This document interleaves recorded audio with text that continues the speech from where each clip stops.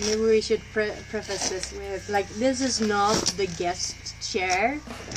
This is just the place I decided I wanted to sit at.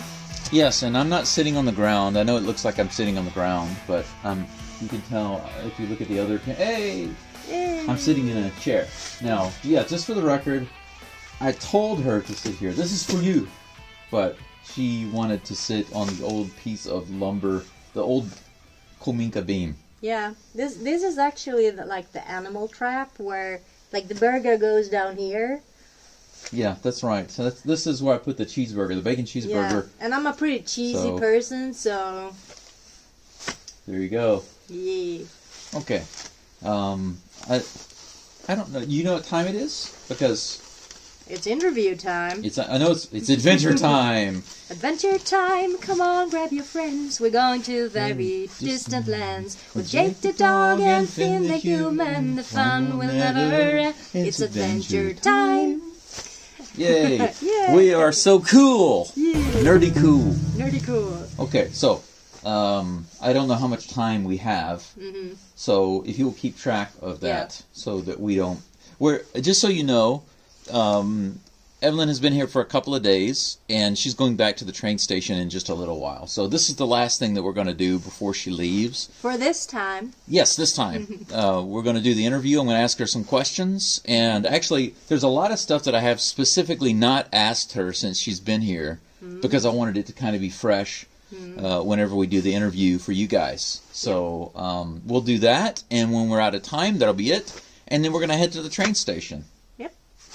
Sound good? Sounds great. All right. So, thinking about like the very first thing that I like to discuss with people is, why did you decide to buy an Akiya? Why come to Japan? And what do you plan to use it for? What location did you pick and why? Kind of those general things. And a little bit about your background. Yeah. Like, who are you? Where are you from? And how did you come to be so interested in Japan, and then specifically Akiya? Yeah. So I got a really long backstory. Okay. So get some coffee. I will go more in depth in it later in my own channel. Okay. But like trying to do an abridged version is that when I was in 6th grade in school. We had to do a geography assignment, and they said you can pick any country you want, and I was just like, I didn't know which one to pick, so I went to the globe, and I was just spinning it around, and then I landed on Asia and then Japan. I've never heard about Japan. Okay. Like I knew it existed, but I knew nothing about Japan. Okay. So I'm like, I'm gonna do an assignment on Japan, and fell in love. Okay. Die hard in love. I love the culture. I love how they marry the old and the new, and how like culture is revered here in Japan. Like yes. A sensei that has honed their craft is something they respect and look up to. And to me, that's like, yeah, I vibe with this. I really like that. I like that they have a whole ceremony. Just to make tea. Right. Yeah. So. Yeah, that's like the funny thing about Japan. Oh, there are many funny things about Japan, but that's one of those where it's like it's good and a little difficult at sometimes are the procedures and processes. Yeah. Because like with the tea ceremony and these traditional things, you can appreciate it and you can experience the culture. But then when those start to pour over into like legal things and paperwork and bureaucracy, it's like, oh! It's like, why is it so hard? Yeah. But, okay. But so yeah. what would you say is your favorite aspect of Japanese culture? Yeah, it's a hard question to answer because I love so much about it. Like I generally just say there are two things about Japan that I don't like. Okay. And the first one is the work culture. Yeah. Overwork, salary man. Yeah, and women stress. have a really hard time getting, promotions and stuff because they're expected to stay home with kids and stuff. Right. And the second thing is the toilet paper. Yeah, we've had this discussion. Yeah. We had this discussion. Oh, and it's a discussion for another time. But anyway, so There are only those two things I don't like about Japan. I love pretty much everything else. The people are so kind, and they really go out of their way to do things. And like the whole, like, as a Swede, I really vibe with the whole, you know, be considerate of others, and you know, try not to bother people, have respect for each other. Right. You know, it's like, it kind of vibes with me, and because we are kind of like that in Sweden too. Yeah. So it's not too far apart, and okay. yeah. So some strong similarities in social exchange and that sort of thing. Yeah, exactly. Okay. So so I could go on and on and on about all the things I like. I like their. Well, yeah, I'm the same way. I mean, of course, when you're here for a while, you get a longer and longer list of complaints and things that you think should change. Yeah. And I think that's common to any situation. Yeah. If you move to another city or you move to another country. Yeah. But, you know, still, there is a long list of things that I like. Otherwise, I wouldn't be here. And I wouldn't have gotten a house here. Yeah. The positive list is always going to be longer than the negative list. And, like, the negative list, oftentimes is just like, ちょっとめんどくさい. Yeah. You know, it's just an inconvenience. Like, I wish, like, for example, I wish I could buy Suica in Kyoto, or I wish I could buy the Aikoko in Tokyo. Like, you have to buy the regional one in the region. At least it's better than it used to be. Like, before, you couldn't use the different IC cards between the regions. Yeah, they were particular areas. Yeah, exactly. So if you traveled a lot in Japan, you needed to have one for each area. So they are making improvements, even to those, you know, tiny inconveniences. And like, Japan is progressing, just in some areas a little bit slower than other countries, and in other areas they're way ahead. So it's like, and Japan gets and maybe some of the viewers that are watching, they probably think that Japan is so advanced and technologically superior and all this other kind of stuff, but it's not. It's not. It's just it's good and great and convenient in some ways, but in some other ways it's like a throwback to what we were saying earlier, which is that they have procedures and policies and ways of doing things, and there's no flexibility there. There's no wiggle room for something else, and so people who live here for a while, you can see them on YouTube complaining about these things. Yeah. So it's not perfect, and there are a lot of things that need to be updated. You know, like the banking system and the limitations there. I was able to do things in America like 25 years ago that you still can't do in Japan, and that makes zero sense to me. Exactly, and I mean that's like the drawbacks of when you have the old and the new. Because sometimes old things keep living that shouldn't keep living, you know, like you have like the physical bank book of your account. I mean, they're phasing them out now, but like still, you can still have a bank book. Yeah, you can put it into the ATM. A lot of you might not know that, but you can actually put your bank book directly into the ATM. Yeah. Which is, it's this really old system where you physically had to have a paper to keep track of your account balance. And nowadays, like, oh, you have this really old system, and then you put it in this high-tech, modern image recognizing system that reads it electronically, and it's like, why? Yeah, one day I went to the Mizuho head branch with my bank book, and I didn't realize I had so many transactions. I hadn't updated my booklet in a while. I went in with one book and I put it in the machine. I walked out with 4 booklets. Yeah. Because it had to give me new booklets to print out all the information of all of my transactions. Yeah. And so I have 4 bank books. So you wind up having a stack over the years.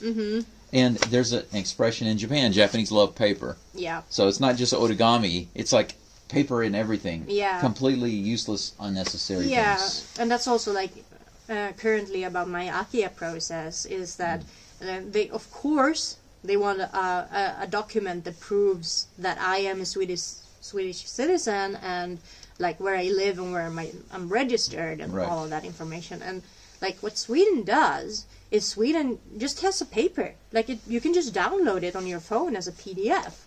And like this is my proof of existence. It doesn't need to be signed. But the Japanese want the actual physical paper that has to have an official stamp. Right. So what I had to do is I have to order the kind of paper that you use to make a passport when you're abroad.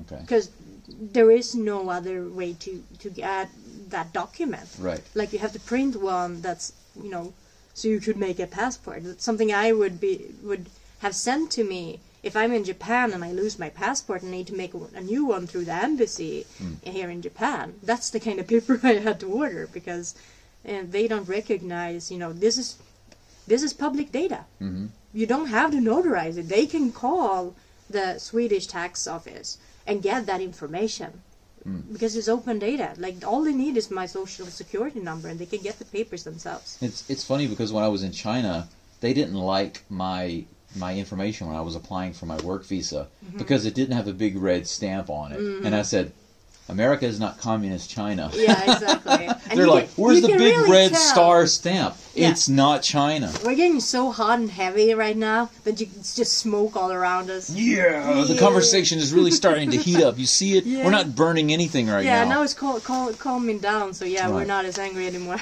So I'm wondering, the first time you came to Japan, was it, I'm going to go there and travel and check it out? Yep. Or was it, you'd already thought about getting an Akiya or a house here and then traveled here? Yeah, so Which- the thing is that I'm not a person who is impulsive, but when I act like this.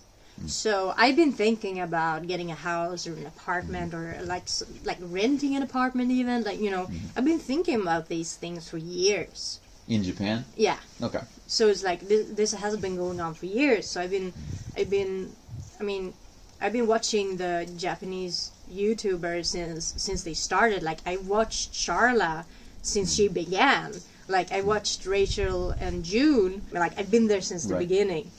And So basically what you're saying is a lot of the YouTubers influenced you into having a desire to come and possibly either Yeah. rent or buy a house here, right? yeah, Okay. because like the thing about the Akiyas is that I didn't know that you as a foreigner could just buy a property in Japan. I thought you had to rent. So it took me a really long time before I realized that you could buy something. So for me, the goal was always, you know, get a job in Japan, get a good wage so I can get a house and mortgage. You know, like that was the plan. But then through the Akiya movement starting to come up, that's when I realized that foreigners can just own property. Like it doesn't even Right. I don't even have to live here or even intend to live here. Right. You don't need residency or anything. You can just buy. Yeah, exactly. It could just be my holiday home that I go to a month in a year. That's fine, as long as I don't buy an Akiya with those restrictions. Because there are Akiyas that have restrictions that if you want to buy them, you need to live in them. So you need to make sure that you don't get one of those if you just want a Right. vacation home. And some you can't do businesses in. Yeah. And you also, some you can't even buy unless you have a family with young kids. Yeah. There are different types. Mm-hmm. Yeah. That's Yeah. right. Yeah, I knew that would happen. The wind got a little crazy. Yeah, I hope your phone is okay though. Yeah, oh, it's fine. It's got a nice. It's got a case. Let's do this. So, when was your first actual visit to Japan? And whenever you came to visit, what did you do? Like, did you come just to kind of look around, or did you actually come look at houses and stuff? Yeah, so when 2020 came around, that's where I was in the part of my life where I could actually afford to travel. But it was 2020 that rolled around, Right. so there was no traveling. So not until, you know, as soon as the borders opened in October, I was like, I can go to Japan. I'm gonna go to Japan. Right. Yeah. You know, so but I was originally, you know, I'm just gonna push it a little bit. I don't know when I'm gonna go. And then my team lead actually, you know, encouraged me to go. Like we were talking about it, and I had a lot of vacation days coming up that I needed to use before the year was over. So I was just like, I'm gonna go to Japan. So I went, and my plan originally was just to enjoy Japan, like just be the tourist, you know, Yeah. just be here. And I mean, I wanted to look at Akiyas too, but I was still in like my early, you know, I had been researching Akiyas for like a year or so, but I didn't know still how to look for them, because looking for Akiyas is really difficult because there's so much.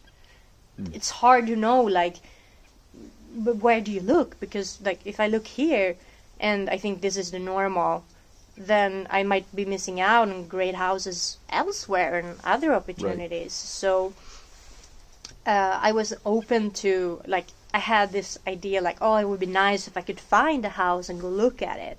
But at the same time, I realized that I still don't know, and my Japanese is not that good still. I speak like a child. So I realized that probably not going to be feasible for me to find something that time, which was over Christmas and New Year of 2022. So I did start a look. It just so happened, though, that as soon as I got back to Sweden, I knew enough. Like, while I was in Japan, I learned so much about Akiyas that I suddenly knew, you know, how to find them. So when I got back to Sweden, it was not maybe a week, and I found the Akiya I wanted to buy. Okay. So I just started. I was thinking, like, I can at least start to try and do the process and see, you know, how am I met? What do they want? Are there things that might fall through this time, but then I know what to do next time, you know? Right. So I thought I'd just at least start the process. And the house that I found, it's a great deal. Like, it is a really great deal. Well, before you mention that, two connected questions. Yes. One is, what methods did you use, or at least look at, while you were trying to find your Akiya? Yeah. And which one did you ultimately use or utilize in order to select the one that you decided to buy? Yeah, so YouTubers, like, I found you. Oh, yeah!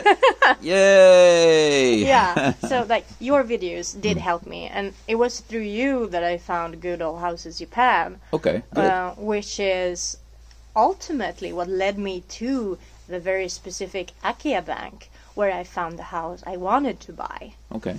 And it just so happened that that particular Akiya bank is not like every Akiya bank is slightly different. Right. Which is also what makes it a little bit hard, because there is no standard. There are some cities' Akiya Bank websites are not updated very well, and they're kind of trashy. And others are pretty advanced and have lots and lots of properties. So they're very different. Very different. And it just so happens that in that Akiya Bank, it's a real estate agent that was in charge of this particular property, because this is an Akiya Bank where you, as a property owner, can just put up your Akiya. And in this case, it was the people selling their Akiya, they did it through a real estate agent, and the real estate agent had posted it in the Akiya bank. Right. So, this is a situation where the real estate agent had the permission of the seller, the owners, to list it and register it, register it on the Akiya bank. Yes. Which I've mentioned in my videos before, and I'm sure you remember this. My house was actually on the Akiya bank website. It was listed there under the land for sale. Yeah. I don't know why or how, but that's how I found it. Yeah. Later, I found out that it was never registered by the family or the agent with the Akiya bank at all. It was not actually registered, but it was on their website under land for sale. Don't understand how that was, but that's what happened. Yeah. So basically, the particular city in that area on the Akiya bank website, your house, your Akiya was literally registered with the Akiya bank in that area. Yeah, it was. But it is a long story. So I knew I wanted this house, and I wanted it so much. I was willing to just pay for it, like up front. Like I could have just bought it without even looking at it. That's how much I wanted it, and still actually do.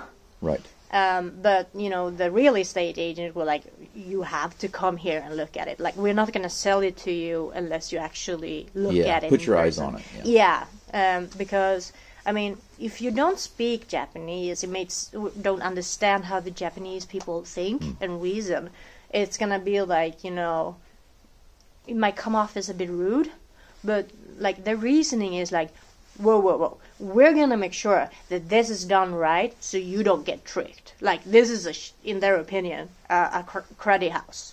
Yeah. It's bad. It's Which terrible. is the same angle that they took on my house. Yeah. They tried really hard to talk me out of buying it. And it's like, you will often find that in the Akiya banks, at the pictures. They're like, you have big wide angle shots, and then you have zoomed in on all the damage. They photograph like, this is damage, this is damage. Here's a water leak. Yes, this is the way they sell things online too. Yeah. They're selling an anime figure that's never been opened, but there's a little dent in the corner. Yeah. So they'll like take a close-up picture of this little dent in the corner. It's not mint condition; it's near mint. Yeah, it's in good condition, and if you're nervous about it, please don't buy. Yeah, that's what it always says. Yeah, because people don't. Nervous buyers don't buy. It's really important that you don't get tricked. Right. And especially as a foreigner, like, that you understand that buying Akiya, it's not an investment. Generally speaking, it's not. It could be, but to them, it's not. No, like with the property market, how it function. Yeah. Generally, unless you do like your Akiya is an investment, but unless you want to do something like you are, it's technically not an investment. Yeah, it could just be a residence or a holiday home that you're going to use for yourself. Exactly. And that's just for you personally. And and like, this is how property works in Japan. Owning a property is like owning a car. It's not necessarily increasing in value. It's probably going to depreciate in value over time. Right. But if you get a fancy one, it might keep the value, or like maybe slightly increase, or follow. Yeah, like a Lamborghini. If you buy a brand new Lamborghini, typically what happens is there's only a very slight decline for a few years. Yeah. But then they don't make those forever. Yeah. And then the value starts to go back exactly. up, And that translates to, like, if you get an apartment or a house in an area that's very popular, like, if you want, you can't find, like, you can't find a cheap Akiya in Tokyo. Right. Like, you can find an Akiya in Tokyo. You can't find a cheap Akiya in Tokyo. But you can find cheap Akiyas around Tokyo, in the areas around. And you can find it, outside of the cities. Yeah. And it's also very easy to find rentals. There are a lot of really cheap Akiya rentals that you can find outside of Tokyo, not too far away. I found that it was much easier to find rentals. Yeah. And there are some people that just aren't willing to let go. But it's very interesting because, like, when Till came over to get his stuff the other day, he was talking about how they told him he could do some fixing up and stuff if he wanted to. Yeah. That's a very common thing I've heard many times, where they say, hey, I have this old house, yes, you can rent it for just a few $100s a month, and you can fix it up if you want to. Yeah. And it's like, well, if I'm renting for that price, I guess it's okay if I do a little bit of fixing up. Yeah. But it almost feels like you're doing them a favor by upgrading it. Yeah. But it is common, especially around Tokyo, from what I've seen. Yeah, but it's also like a little bit of I scratch your back and you scratch mine, with like, you get cheap rent and then you actually live in the house. Yeah, it just living in the house means it's going to be upkept at least and cared for. It won't depreciate and deteriorate so much. Yeah. And it's actually a common way of renting houses in Sweden. Like, in general, when you rent out a house in Sweden and you're not a renting company, then you will have a clause in the contract that says that you do the upkeep of the property, and that's why you have slightly lower rent, It's like in the contract that you get to rent this, but you have to do maintenance, like easy maintenance. But the appliances, of course, is still maintenance by you, but like the property itself. Like you need to clean the gutters, you need to mow the lawn, you need to make sure that there are no leaks. You have to clean out the AC, and you have to take care of the tatami and all of that stuff. Yeah, exactly. And like you actually have to like clean that little drain hole in the refrigerator, you know, that no one does. You basically have to treat it like that. I know that you totally know that you need to do that, but you know, for those that don't know, there's like a drainage hole in the refrigerator that you need to clean out, because if that one gets clogged, then your refrigerator is not going to function optionally, and it might actually catch fire. Yeah, and essentially you could say that renting a house like that basically is like owning a house. Yeah. Because the way that you have to treat it, it's not like renting an apartment. No. Where when I was in Kaita, I had a burner, an electric burner, and it just went out. The power light would come on, but it never come on. Yeah. And nothing I could do. It was an electric. It just wouldn't come on. And I'm not going to crack it open and try to fix it. No. So I contacted the landlord, you know, and he came out, looked at it. His solution was to buy one. He left. He went to like Edion. Yeah. He bought a new one. Yep. He came back and he put it right on top of the other one and plugged it in and said, "There you go." That was his solution. Yeah. So really ridiculous, but you can't do that when you're renting an Akiya. No. If something like that, if they have a hot plate in the house and you're using it and it doesn't work anymore, you have to fix it or replace it yourself. Yeah. Well, I mean, in Sweden, like when it comes to appliances,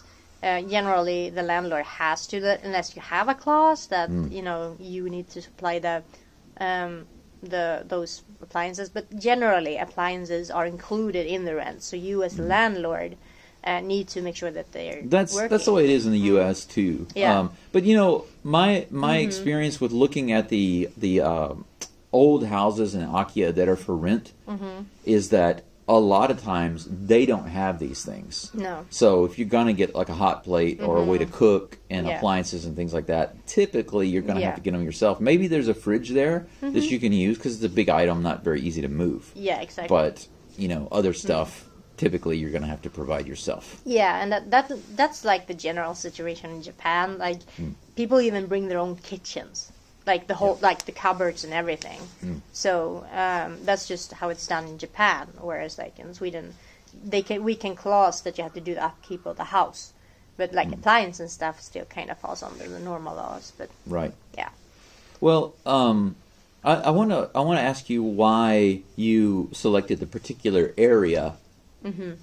Because it sounds like you honed in on a particular area. You found the Akiya bank for that area. Yeah. You found a couple of homes that you were interested in that particular area. So why there? Yeah. So I have to do this shout out again to Good Old Houses Japan, because he has a video on how to look at hazard maps, and like he actually goes through the different areas of Japan, and he's like, oh, so in this area there are very little earthquakes, but there are volcanoes and there's a nuclear power plants, you know, instead. And in this area, there are a lot of earthquakes, but there's no risk of tsunamis, you know. Right. He just goes, or like, here there are no earthquakes or tsunamis, but there can still be flooding because there's a lot of rain, you know. Right.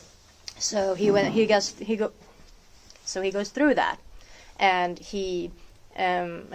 through that, I also found, you know, like, oh, so this area is probably the safest to live in Japan, but it's also like there are several of those areas all over Japan. But the thing is that when I went to Japan, I went to Kyoto, and I stayed in Kyoto, and I love the Kansai people. Like, all of the Japanese people are nice, but it's just, you know, it's always going to be the first place you go. Even Osaka people? Yeah, even those Osaka people. You and Danny should talk. They were nice to me. Yeah, it's so funny because when I interviewed Danny, we talked briefly about some things in Osaka because he's lived there. He's got a lot of experience in Kyoto, Osaka, in that area. Yeah. So it's very funny. And of course, some of the things he complains about are more about, you know, the legal system and the government and the fees and stuff like that. Yeah. But I think he holds back a little. But his personal experience there is so different than what you're portraying, so it's interesting. I also think it has to do, like, this is something you'll probably find as a common theme with people who go to Japan. Like, the first place you go is going to be like your hometown of Japan. And Kyoto kind of became my hometown in Japan because like that was my Oh, he first... loves Kyoto. Yeah, he yeah. loves Kyoto, but I wasn't in Osaka super much, but when I was there, it was nice. Yeah. But like I also have fond memories of Osaka because Yeah. I've been there for Christmas with friends. Been there a couple of times. Never had any bad experiences, but it is way overpriced. Oh yeah. So Yeah, but I found that like Tokyo and Osaka, it's about the same because it's a big city. Like it's kind of like in Sweden between Stockholm and Gothenburg. Like they're both overpriced. One, in some regards, one is more ridiculously priced than the other, Right. and then sometimes it just differs which one is more expensive with what. Right. It's kind of like rivaling grocery stores. Like, the rice is really cheap here, but the bread is really cheap here. You know? Yeah. So through the good old houses, you said this is a good area because of safety. Yeah. And I'm going to focus my looking there, my Yeah. search. And he actually did a video. It's over. It's gonna be soon. 2 years ago, he went to this area to look at like even older houses. Than he focuses a little bit more on the older Kominkas and Machias, you know. Right. So he went over there to look at them, but like they had already been sold by the time he actually published his video. Right. But he still went there to look at them from the outside, and he talked about the area a little bit, you know, and he linked to the Akiya bank where those Machias used to be, and I went in there and I just browsed through. And I found that house. Okay. And it was just calling for me, like, come to Japan, come see me. And that when you say that house, is that the one that you decided to buy, or is that the first one you looked at? It's the first one I looked at because I'm kind of building up to it in a way. Right. Because I really wanted that house, and I still really want that house. However, when I got to Japan, it turns out that the same real estate agent that had that Akiya had another Akiya that was not listed on the Akiya bank, but it's still an Akiya. It's just that they didn't list it on there. I don't know if it's if there's a particular reason for that, right, or not. It could just be that one seller pushed for it and the other one didn't because. Right. And the reasons are sometimes strange. I mean, you can only guess unless they tell you why. Yeah, exactly. So like with mine, I don't know why they didn't register. It's been abandoned for over 25 years. Yeah. So why not? Yeah, and it's been empty for 25 years. Well, yeah, and abandoned because they didn't do anything with it. They didn't upkeep it. No. But they did pay the taxes, so it was not completely abandoned. Well, yeah, I've said that before that I wouldn't say it was completely abandoned, but if you look at the actual term of abandoned, it's left to rot. Yeah, exactly. And that's obvious. All you have to do is walk around the building. And of course, you don't get you have to look at my videos, but you don't get the benefit of seeing what the yard looked like before. No. We couldn't sit here like this. No. I saw those pictures. Like, it was completely overgrown here. Yeah, it was ridiculous. Yeah. And a lot of the tiles and stuff that are actually in the yard now used to be precariously hanging. Yeah. I walked around with a hard hat and a stick knocking those off. There's so much stuff I had to do that I just didn't feel like recording because it was so tedious. Yeah, exactly. And it still is tedious. Yeah. And I don't record everything. Yeah, and it's... But as far as like being uncared for and unkept, in every sense of the word... it was abandoned. Yeah. They just didn't, completely abandon it. Like, some of the Akiyas you have to buy through the tax office. That's correct. Because they've been, for so many years, no taxes paid. Like Jaya's, Tokyo Lama's house.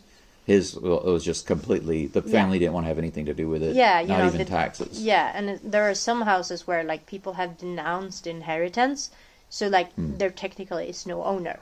Right. Yeah, and that's like the real proper abandoned house. And that's likely what Jaya's situation was, because I think from what I gather from what I remember a long time ago with his early videos is that basically the grandpa or the grandma that lived there, they moved away with the family and left the house, but the family didn't want anything to do with that, and they just kind of disowned it. Yeah.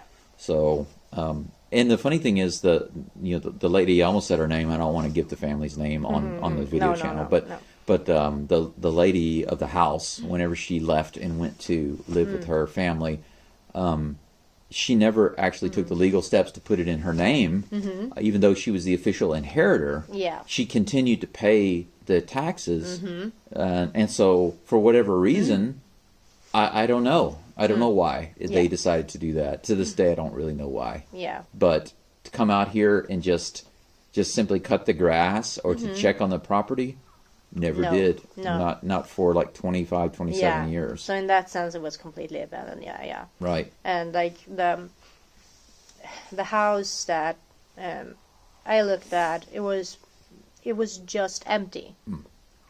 But and the house I'm going to buy, knock on wood. Yeah. I haven't signed any papers, so technically, nothing's done. But that I am in the process of buying, the one I'm going to buy, unless they somehow say absolutely not for some reason. I don't know why, because I'm just gonna pay outright for it. So it would just be that the sellers say no. Right. Which, in Japan or even in the U.S. or wherever, I guess in Sweden too, somebody could say the same thing. Just no. Why? No reason. Just no. I don't want to. Yeah, exactly. And that's also why, if this does fall through, now I know that I need, the proof of person or existence, that paper. I need those papers. And when I'm going to go and offer a bid in the house, I know that these are the papers I need. And, like, if this house that I'm going to buy falls through, I still have the option to buy the one that I originally came here for. But the thing is that this real estate agent had this other house, and they were like, wait, I'm gonna reposition myself. So this real estate agent, they just happened to have this other house, and the real estate agent was like, oh, I have this other house that I think is much better. It's a much better condition, it's a better house, and it's cheaper. Like, do you want to see it? Do you at least want to see it? And I was like, yeah, sure. I mean, it doesn't hurt, Right. And like, it was cheaper and it was in better condition. And then I went and saw it, and like, I just couldn't justify not buying it because it's just a better deal. Right. Yeah, it's just a better deal. So it's like, it's not the house I originally wanted, but it's probably gonna end up a much better opportunity. So even though, I do still really want the other house, but at the same time, there had been a leakage in the house, which means that the roof is in such a condition that I need to change it kind of immediately. Right. And I don't have that kind of money right now. So I have the money to buy the house. I have the money to buy like the immediately necessary stuff that I need to do. Like, I need to make sure that the water and the electricity works, Right. And that the plumbing is fine. And I need to get a heating situation. That's what I have the money for. And like the rest, I will just do as I have the money, But with that other house, it was in such a bad condition due to the water damage, and it needed the roof fixed. And so basically, that house, not only did it need more work done, but it actually had a higher selling price. Is that right? Yeah, it was in worse condition, and it cost more. The only benefit that house had over the one I'm going to buy is that it's in a much better location. But that location is within city planning and residential zoning, which means that I could never like buy another house and rent that one out, because you're not allowed to turn a residential house into a business, because it's the wrong zoning. So that would just be purely for my vacation. You'd be limited. Oh, okay. Yeah. But I'm glad you said that, because that's a good transition into my next question. The siren went off. That means it's 5 o'clock. Did you hear the? Did you hear the woo? Yeah, I heard it. That's the 5 o'clock siren. Like when you're outside and it's quiet, you can hear it from here. Yeah. But thank goodness I don't live like right in the town. Otherwise, it would like, because they play it. They do that in the morning, and at lunch, and at 5. Oh. So I'm so far away in the house, you can't really hear it. No, I didn't hear it. Right, you don't notice it until you're out here. But yeah, since it's at 5 o'clock, we're gonna have to leave in a few minutes. But What you just said transitions into the next question, which is, what's the main purpose of your house? What do you hope to do with it? So, in the beginning, it's just gonna be my vacation house. Because I know I want to come to Japan as much as I can. And it's really expensive to just stay at hotels. Like, I'm very good at hunting good deals. And I don't need to live in the best areas or, like, downtown. So I can just be like, that's the cheapest place, and it's not just a bunk bed, you know, because I need my own bathroom. That's my only requirement. I need my own bathroom, so I can just get the cheapest one. But it's still, you know, I can't buy stuff and keep here in Japan if I'm gonna stay in hotels. Right. So, and I've always wanted to come and live in Japan. So my long-term goal is that's gonna be my new home. Okay. So do you see yourself maybe eventually in the future becoming like a permanent home and retiring and you know, spending out most of the rest of your days in Japan? Yes, that's my dream. I want to come and become a permanent resident of Japan and just contribute to this country that I love so much. Very cool. Okay. Now, let's see here. I think there was another question off the top of my head that I was going to ask earlier, and I wanted to make sure I asked that last question because that was always very important to me. Yeah. Why do you want to buy a home? Because some people just want to live there. Some people want, like what you said, right now it's a holiday home. Later on it's a permanent home, maybe a retirement home, place I can put my stuff. And some people always, I said often want like a cafe and that sort of thing. And there's nothing wrong with that. No. You and I talked a little bit about this earlier. Yeah. I'm not interested in having a cafe here because I'd have to be here all the time. I'd have to have various permits and licenses and be dealing with vendors. And as the owner, I'd have to be here all the time cooking and managing staff. And that's not my interest. No. I only want to be here sometimes. Yeah. You know, you also discussed that. It's not in the city. Yeah. And I don't want to be in the city all the time, but I also don't want to be out here all the time. Yeah. And I don't want to be in one place when I'm out here. I want to be in various places.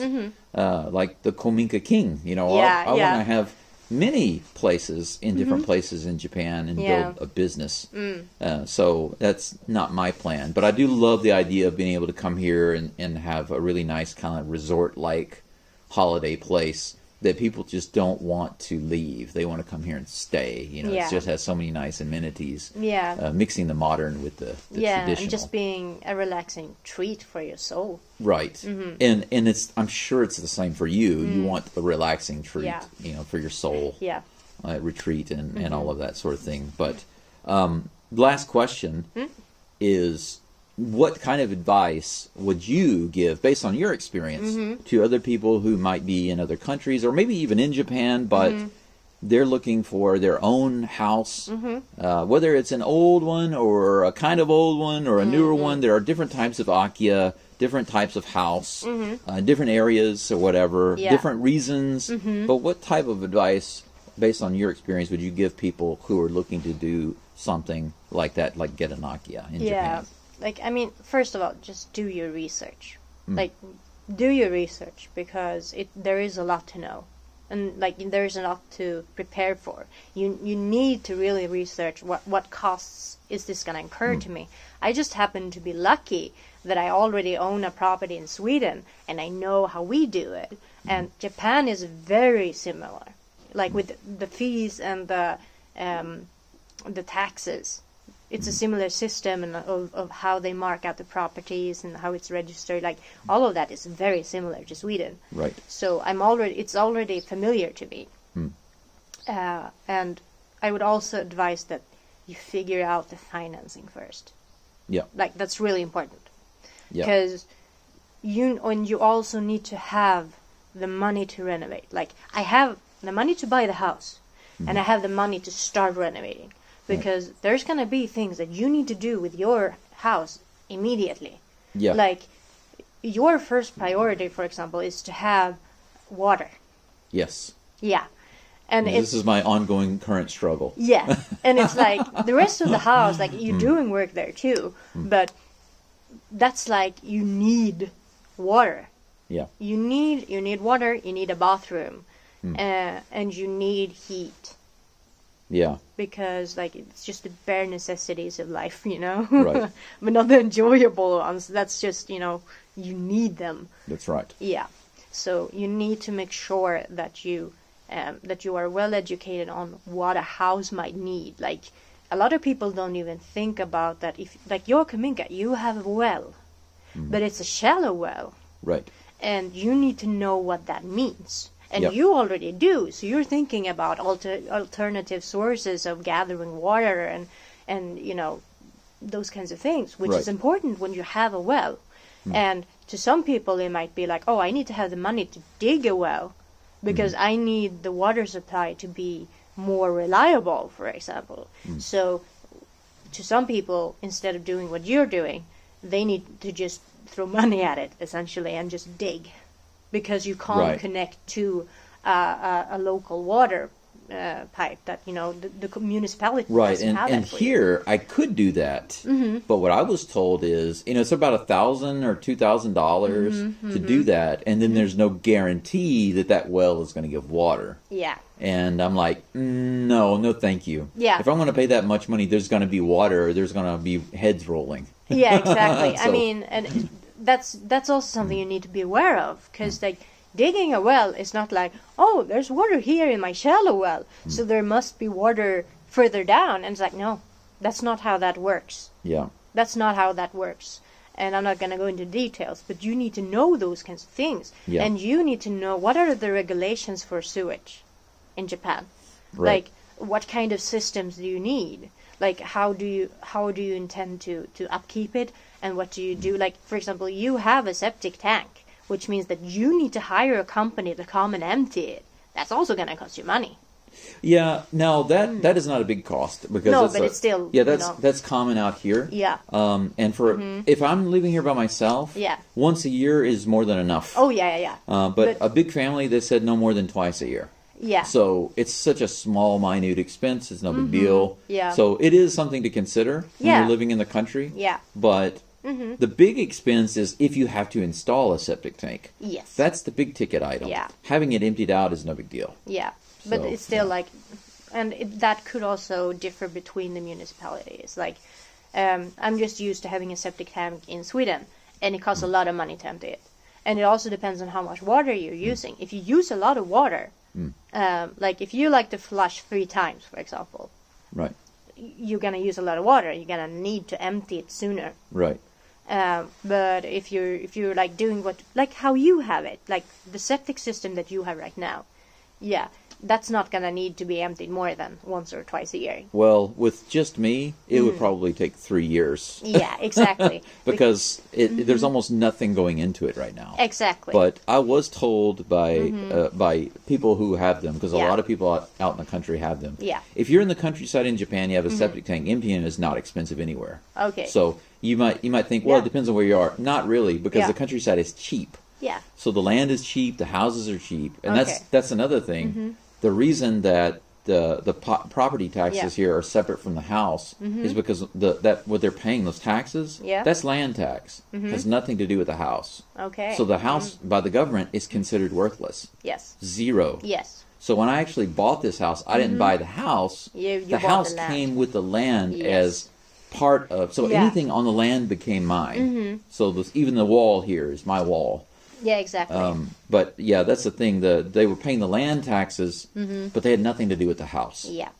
And the septic tank is one of those things where I'm lucky that I already have one. Yeah. Because if not, you're talking about several $1,000s Yes. to get one installed. Exactly. So I avoided that. Yeah, exactly.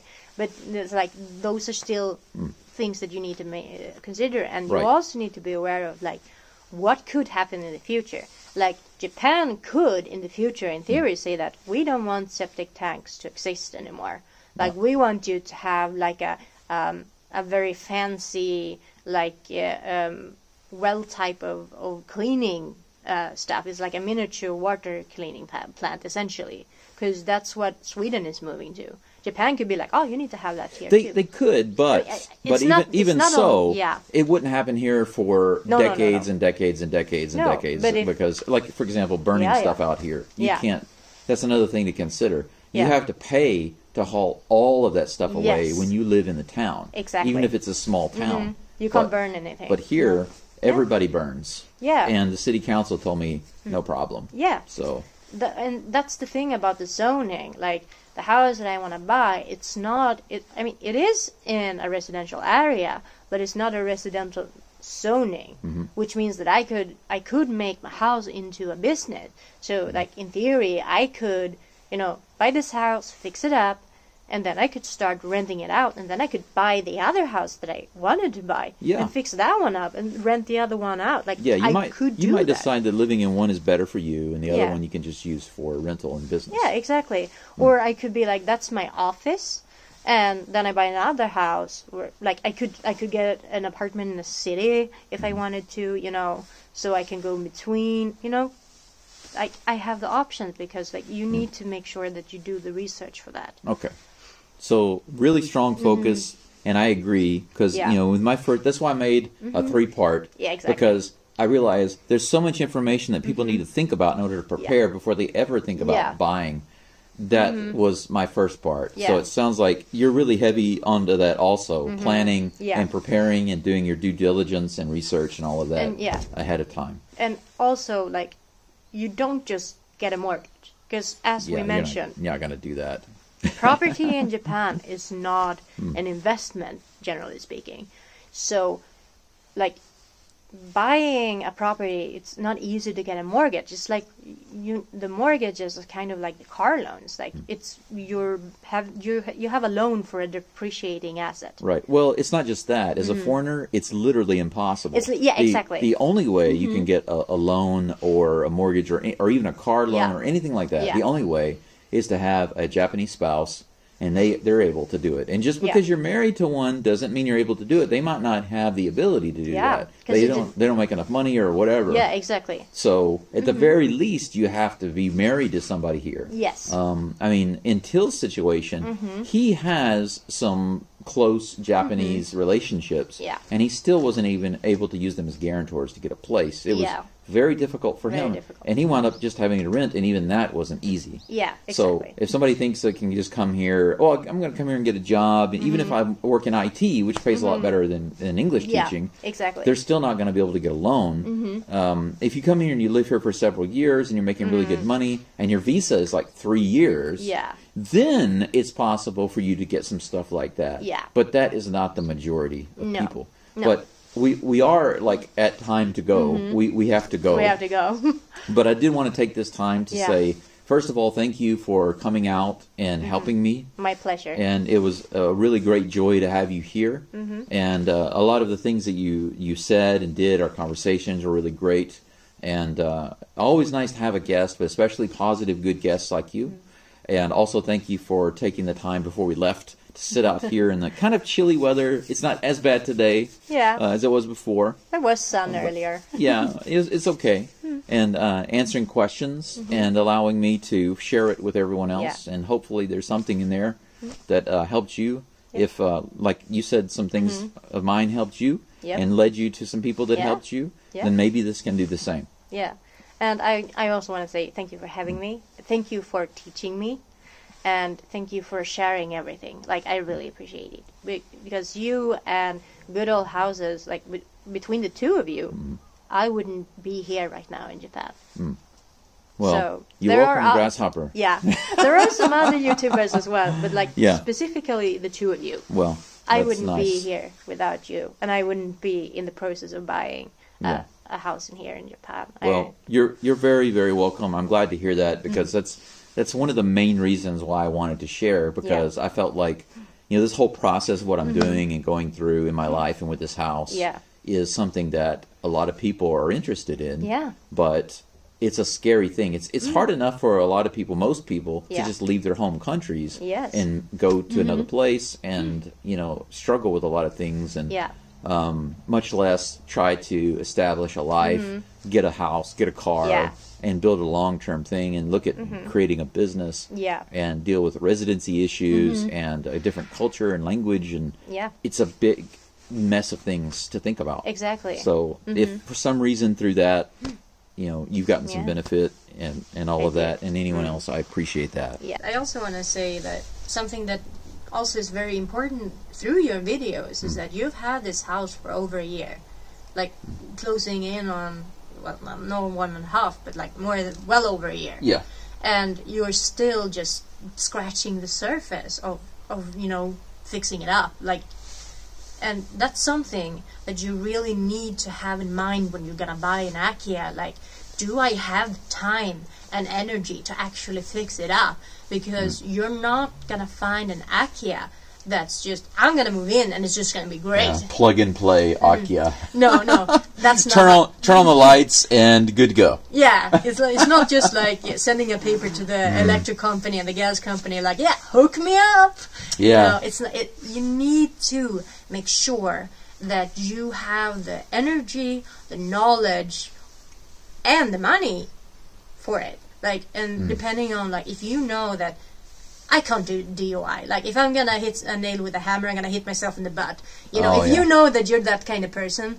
Well, that's another thing. If you don't have any money, resources, people, and DIY ability, it's going to be really difficult for you to have an Akiya. Focus on building your own investment capital, so that you can afford to get these things done. Otherwise, it's just going to be a struggle for you.